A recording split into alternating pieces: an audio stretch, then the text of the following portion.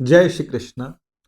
गीता का तीसरा अध्याय कर्म योग अध्याय और 8वां श्लोक, जहां भगवान छोटी से छोटी बात को भी इंगित कर रहे हैं और बड़ी सी बड़ी बात को भी सहजता से समझाने का प्रयास कर रहे हैं। भगवान अर्जुन से कह रहे हैं, नियतम कुरु कर्म त्वा कर्म जायो है कर्मण।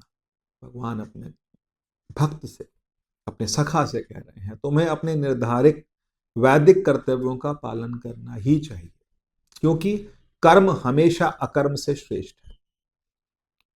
कभी कभी हम कुछ करते हैं, हम किसी जगह पे काम करते हैं, किसी संस्थान में काम करते हैं, घर में काम करते हैं, तो ज्यादा काम करने वाला कहता है कि मुझी को दोष दिया जाता है, इससे तो वही अच्छे हैं जो काम नहीं करते।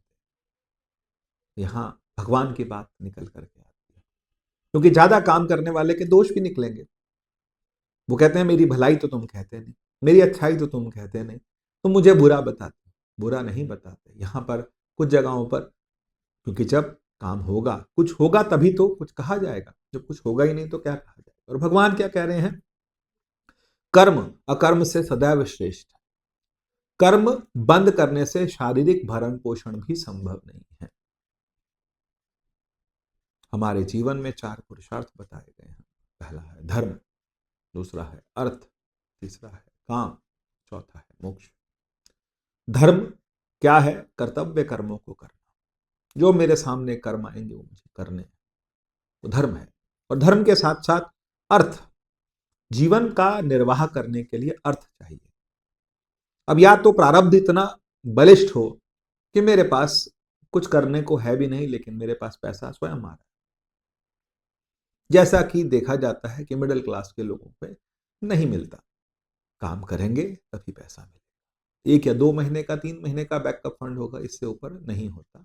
तो फिर हमें कर्म तो करना है। लेकिन यहां पर बात और समझनी है कि जीवन में 2 चीजें हैं। एक है आवश्यकता, आवश्यकता जो है, नीड्स जो है हमारी, वो तो हमें पूरी करनी है। रोटी कपड़ा मकान तो एक लिमिट हो गई, इसके बाद भी बहुत सी आवश्यकताएं हैं, बच्चों की पढ़ाई है, बहुत सी चीजें हैं जीवन में। प्रैक्टिकल जीवन की हम बात कर लेते हैं। सब कुछ चाहिए, ये आवश्यकता है। हर एक व्यक्ति का मन होता है कि बच्चा अच्छे से अच्छी जगह में पढ़े, उसकी एजुकेशन अच्छी हो, हम अच्छे रहें, एक अच्छी सी गाड़ी भी हो, सर्दी है तो हमारे पास हीटर भी हो घर के अंदर, और गर्मी है तो हमारे पास एसी भी हो। ये सबकी बेसिक डिमांड्स है। अब इसे आवश्यकता में डाल लेते हैं। लेकिन यदि मनुष्य बिल्कुल पागल ही हो जाए कि एक प्रॉपर्टी बनाई, अब दूसरी बनानी है, तीसरी बनानी है, चौथी बनानी है, और उसमें स्वयं को खत्म कर, तो फिर वहां पर वो वासना है, इच्छाएं हैं, इच्छाएं बहुत बढ़ गई। जब बहुत बढ़ गई तो फिर इच्छाओं को पूरा करना फिर बहुत मुश्किल हो जाता है, फिर हम जीवन को खराब कर लेते हैं। तो भगवान कह रहे हैं संयमित जीवन। ये भी कह रहे हैं कि कुछ नहीं करना, ये गलत है, ये पूर्णतः गलत है, क्योंकि कर्म तो हम करेंगे ही। कोई व्यक्ति ऐसा कहते मैंने सब कर्म छोड़ दिए, कैसे छोड़ दिए? श्वास लेना छोड़ दिया, पानी पीना छोड़ दिया, खाना छोड़ दिया, सोना छोड़ दिया, बाकी के जो नित्य कर्म है वो क्या वो छोड़ दिए? कुछ नहीं छोड़ा। तो जब ये नहीं छोड़े तो फिर जिन कर्मों से हमारी जीविका चलती है वो भी नहीं छोड़े। फिर करना क्या है? ये सब करते करते प्रभु का भजन कर, जीवन का निर्वाह ऐसे ही चलेगा। लेकिन जीवन के निर्वाह से थोड़ा समय निकालना है। ये टाइम मैनेजमेंट है, ये लाइफ मैनेजमेंट है, यही आर्ट ऑफ लिविंग है, यही आर्ट ऑफ डाइंग है।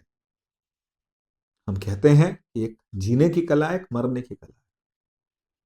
कई संत कहते हैं जिस मरने से जग डरे मेरे मन आनंद।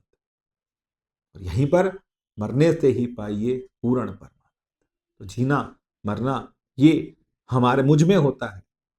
मैं जीवन मरण नहीं हूं, मरण के बाद भी मैं हूं, और जीवन से पहले भी मैं था। जब मुझे शरीर मिला है तो शरीर के कुछ कर्म हैं जो कि मुझे करने हैं। भगवान यहां इंगित कर रहे हैं कि कर्म अकर्म से सदैव श्रेष्ठ है। हमें कर्म करना है, चाहे हमारी आलोचना हो, चाहे हमारी प्रशंसा हो, इन सबको छोड़ के हमें अपना कर्म करते रहना है। यही भगवान का संदेश। जय श्री